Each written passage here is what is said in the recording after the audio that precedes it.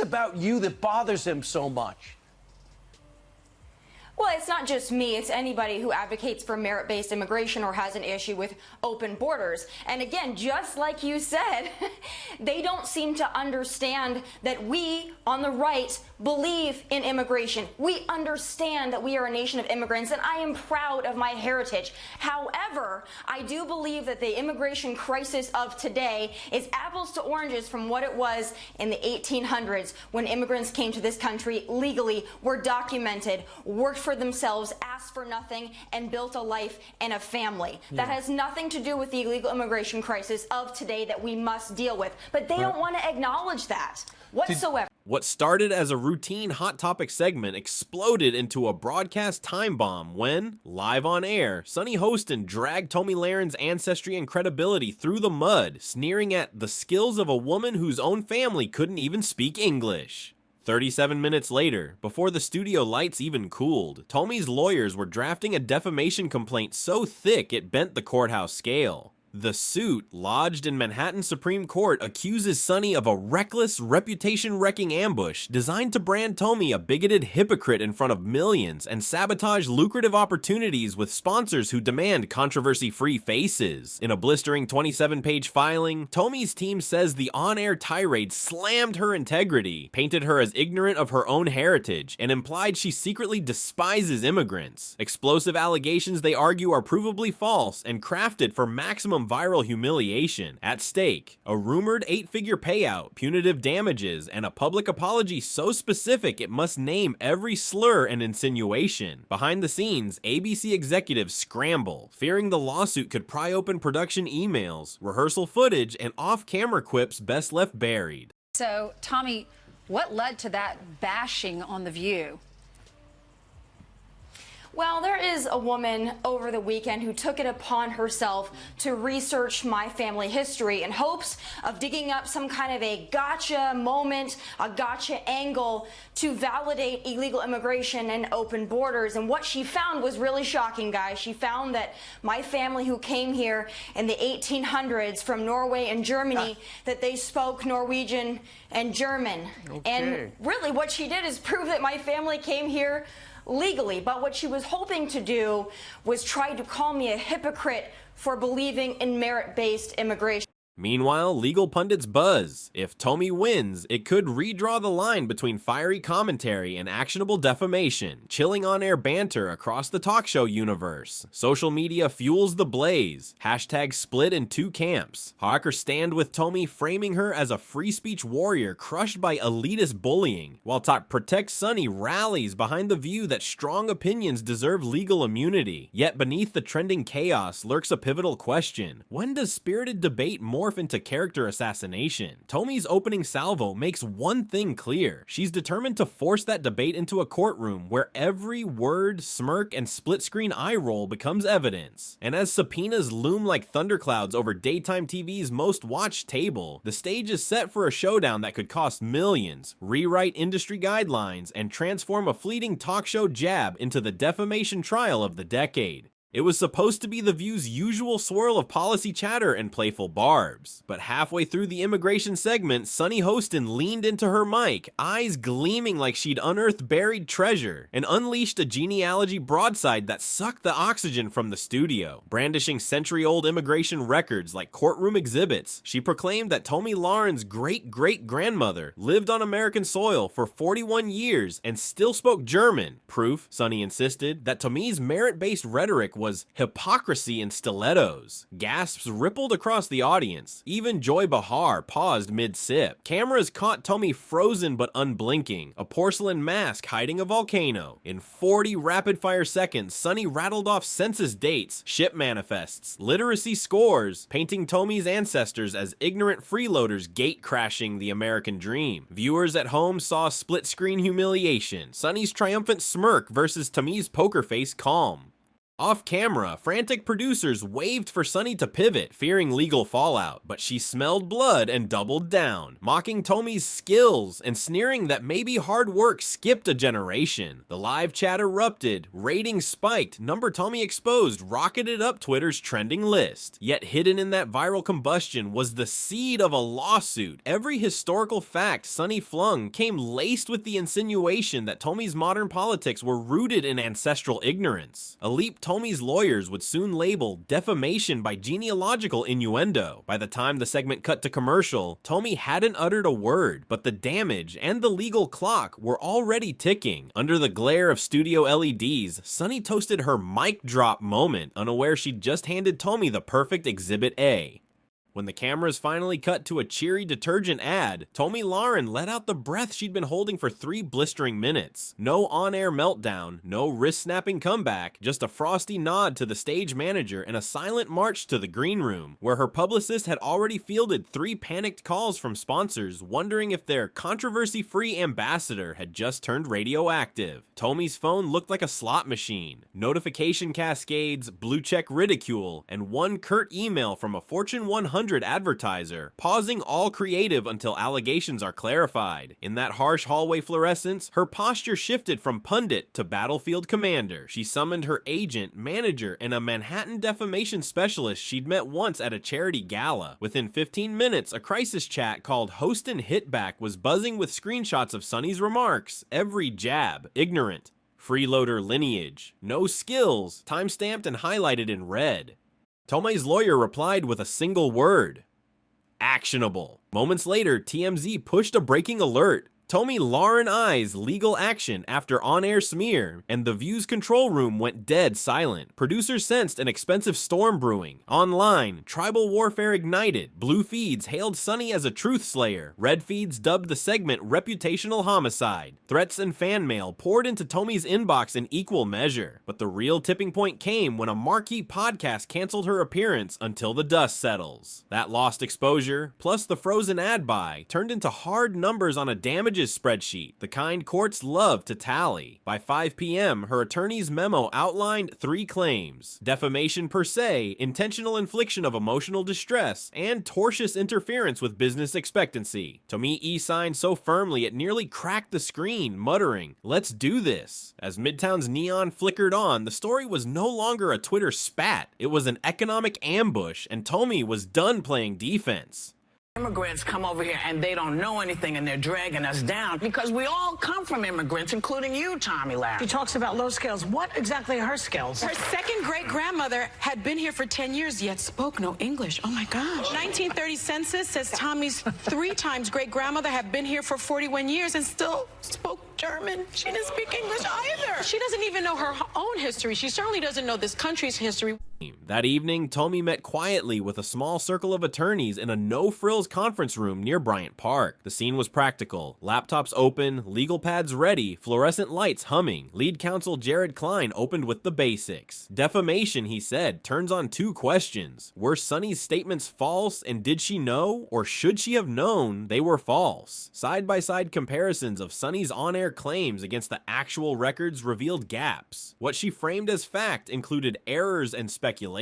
That distinction mattered. Klein outlined a 3-step plan: verify the inaccuracies, link them to documented reputational harm, and quantify the financial fallout. Proof arrived in real time. Tomi's manager forwarded notices of a canceled keynote, 2 podcast withdrawals, and a 6-figure sponsorship now under review. Those figures would anchor the damages calculation. Preservation letters were drafted to ABC requesting raw footage, production notes, and any producer messages about the segment. If producers had flagged Sunny's line of attack beforehand, it could show negligence. The team also crafted a brief public statement. Tomi insisted it stay factual and restrained. She would pursue legal remedies to correct the record and protect future opportunities. No name-calling, no threats, just a clear line between criticism and defamation. By 11 p.m., the complaint outline was set. Counts for defamation, tortious interference, and a request for an on-air retraction. Klein aimed to file within 48 hours. The meeting closed with a concise checklist: gather all evidence, finalize the damages worksheet, sheet, draft the complaint, and prep press responses. As Tomi stepped into the night, relief outweighed anger. The dispute had shifted from daytime drama to legal procedure. The next chapter would be written in filings, not sound bites. Sunny Hostin met the lawsuit with the same on-air intensity that sparked it. Within hours of being served, she strode into the View studio in a cobalt blazer, opened the show with a brief acknowledgement, then declared on national television, "I stand by my words and I will defend them in court." The audience erupted in mixed applause and groans, a live barometer of how deeply the nation had already split. Off camera, her PR team pushed a prepared statement to every major outlet, framing the case as a dangerous attempt to silence protected speech. Sunny's first move was a media blitz, a primetime CNN hit, a late-night podcast, and an op-ed in the Washington Post, all in 24 hours. In each appearance, she recast the narrative, insisting her comments were opinion based on public records, and therefore shielded by the First Amendment. Legal analysts noted her rhetoric was calibrated, fiery enough to galvanize support, careful enough to avoid fresh liability. She even hinted at a possible counterclaim for intimidation by litigation, a tactical signal to Tomi that the road ahead could be two-way traffic. Inside ABC, tension climbed a notch. Network lawyers advised Sunny to temper her public commentary, but she resisted, arguing that backing down would look like admitting fault. Producers found themselves scripting segments around the elephant in the room. How do you discuss free speech when your own co-host is battling a defamation suit? Meanwhile, The View's social channels leaned into the drama, teasing behind-the-scenes perspectives that drove record engagement but risked inflaming the case further. 23andMe, because I cannot believe the detail on your background that they were able to get. Well, I don't have to. She did all the research for me, so I'm sure my family is very appreciative. What about Joy saying, though, what are your skills? It's beyond research. It is personal. It is mean.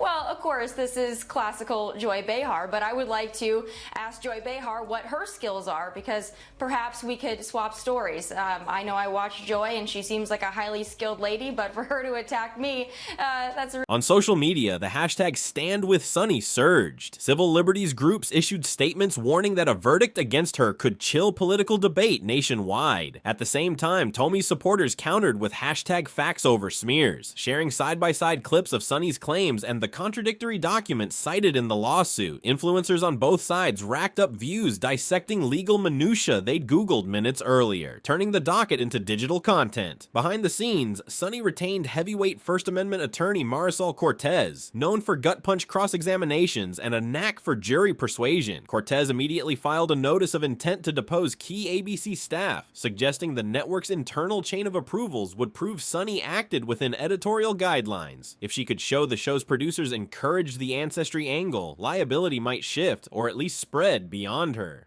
Late Friday evening, Sunny posted a carefully edited video from her study, flanked by floor-to-ceiling law books. "Some fights matter because they're yours," she said evenly. "Others matter because they decide the rules for everyone." The clip ended with a calm smile. No threats, no vitriol, just a promise. "See you in court." It racked up 500,000 views overnight and cemented her stance. No retraction, no apology, and no fear. But as her legal team poured over Tomi's damages spreadsheet and subpoena notices landed on ABC servers, one reality became unavoidable. The next act wouldn't play out in sound bites or split screens.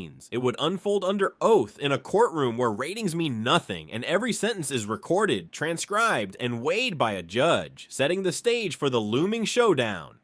With neither side backing down, both legal teams shifted from public messaging to meticulous preparation. Jared Klein's office became a hive of activity. Paralegals combed through thousands of viewer comments to gauge reputational harm. Forensic accountants refined the damages model, and a junior associate spent 3 straight nights indexing every video clip where Sunny had ever referenced immigration, looking for patterns that might suggest a premeditated strategy of personal attack. Across town, Marisol Cortez mirrored the intensity, building a defense that framed Sunny's remarks as protected opinion grounded in public records. She commissioned a linguistic expert to testify that phrases like hypocrisy and stilettos were obvious rhetoric, not factual assertions. Both teams exchanged the first volley of discovery requests. Tomi's side demanded raw studio footage, rehearsal notes, and Slack logs from the View's production staff, hoping to uncover any sign that Sunny's line of attack had been scripted or encouraged. Cortez countered with requests for Tomi's sponsorship contract contracts, social media analytics, and prior statements on immigration, aiming to prove the pundit's brand actually thrived on controversy. Judges rarely smile on fishing expeditions, so motions to compel flew fast, each side accusing the other of stonewalling.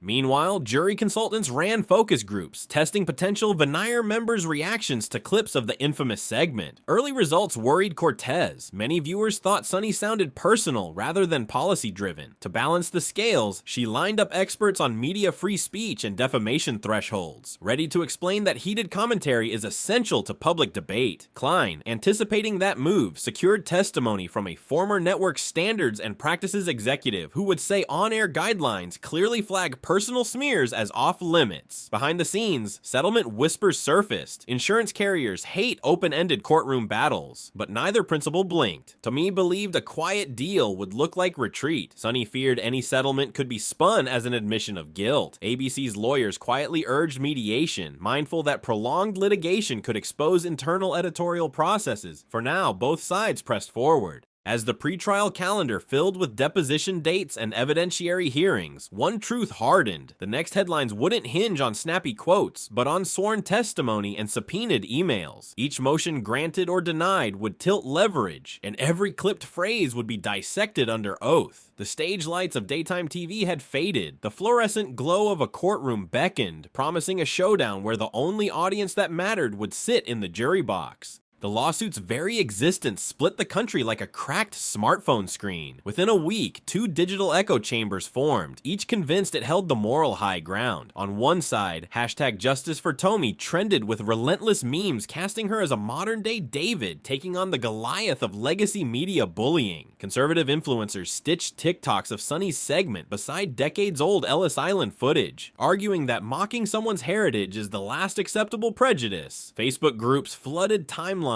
with side-by-side screen grabs. Sunny's ignorant ancestor quote versus a highlighted census record showing the same forebear signed his naturalization oath in English. In comment sections, emojis of gavels, American flags, and flaming hot sauce bottles, a jab at the View piled up by the thousands. The opposing hashtag, #StandWithSunny, framed the case as a direct threat to free speech. Progressive commentators warned that if pundits can be sued for dissecting public records, robust debate dies. Law school TikTokers ran mock moot courts, citing New York Times versus Sullivan and insisting Tomi must prove actual malice, an almost impossible bar. Editorial cartoons painted Sunny as Lady Liberty gagged by a subpoena, while op-eds in The Guardian likened Tomi's suit to slap tactics with better hair. Civil rights NGOs issued statements about preserving press freedom. Cable hits paraded First Amendment scholars who stressed that heated rhetoric is the lifeblood of democracy, not a tort. Offline, the rift manifested in dueling rallies. Outside ABC's Midtown gates, Tomi supporters waved placards reading "Facts, not smears," chanting for on-air accountability. Across the street, counter-protesters held "Speak Loud, Stay Proud" banners and handed out pocket-sized constitutions. Local news helicopters captured the spectacle, their aerial shots making the standoff look like a street-level political map. Red shirts on one curb, blue on the other, a double yellow line of NYPD barricades in between.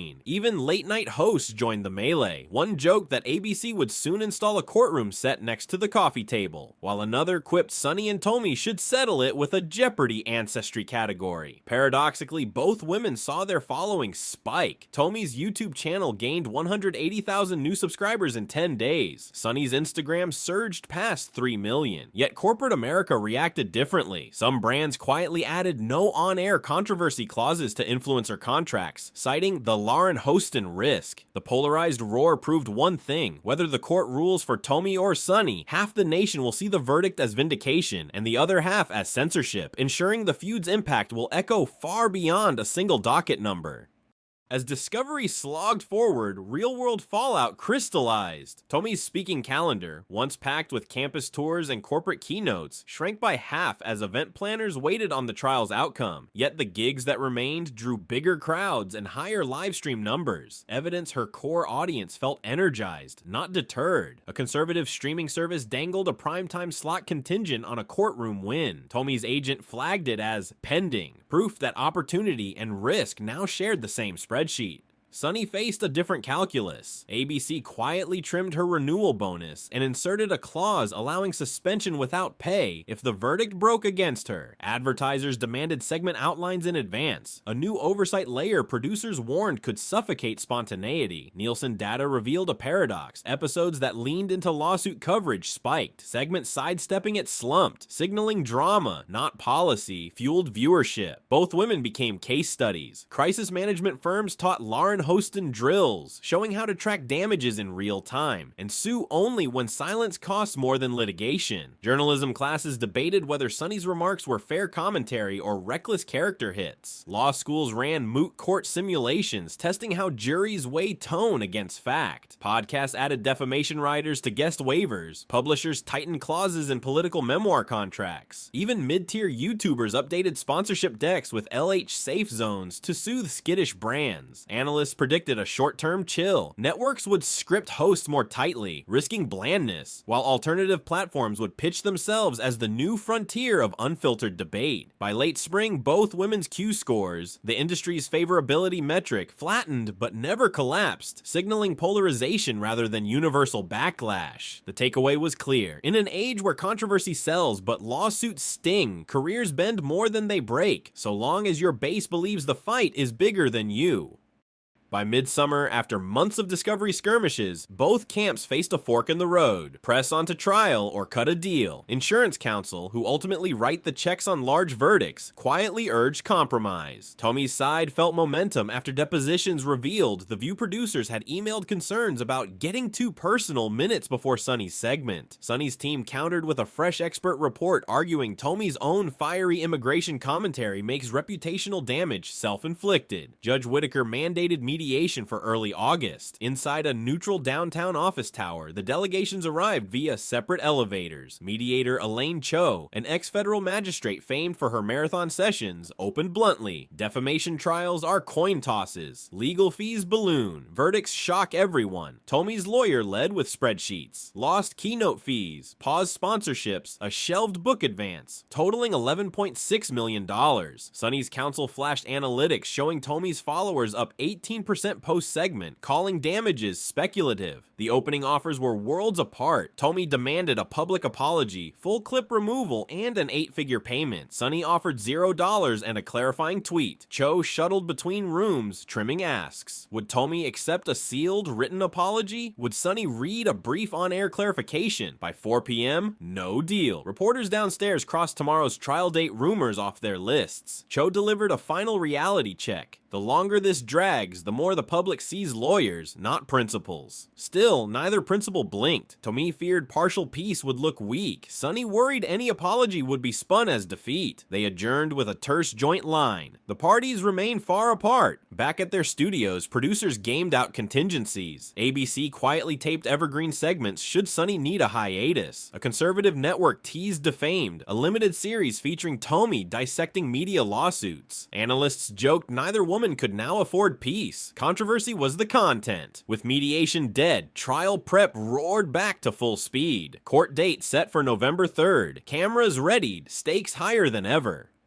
November 3rd dawns brisk and gray, Center Street lined with satellite trucks and dueling protesters. Inside, 12 jurors face a razor-thin question. Did Sunny's 6 minutes of ancestry theatrics cross the line from opinion to damaging falsehood? Tomi's team piles up invoices for lost gigs, producer emails, and a historian who says the records were skewed to fit a narrative. Sunny's lawyers plant both feet on the First Amendment, insisting public figures must absorb sharp, even imperfect criticism or debate will wither. For 2 weeks, the nation doom scrolls voir dire clips, expert duels, and bench scoldings recycled into looping gifs. Yet the stakes rise far beyond these litigants. A verdict for Tomi could unleash a wave of pundit lawsuits, nudging networks toward script police safety. A win for Sunny might embolden hosts to swing harder, confident that labeling barbs as opinion keeps them shielded. Either outcome redraws the perimeter of televised speech. So what's the takeaway? One talk show segment spawned subpoenas, frozen ad buys, and a coast-to-coast shouting match. Proof that ratings adore conflict, but conflict can bankrupt goodwill. In the age of viral politics, public figures battle on two fronts: courtrooms and comment sections, where defeat in either can scorch a brand. Rumors of last-minute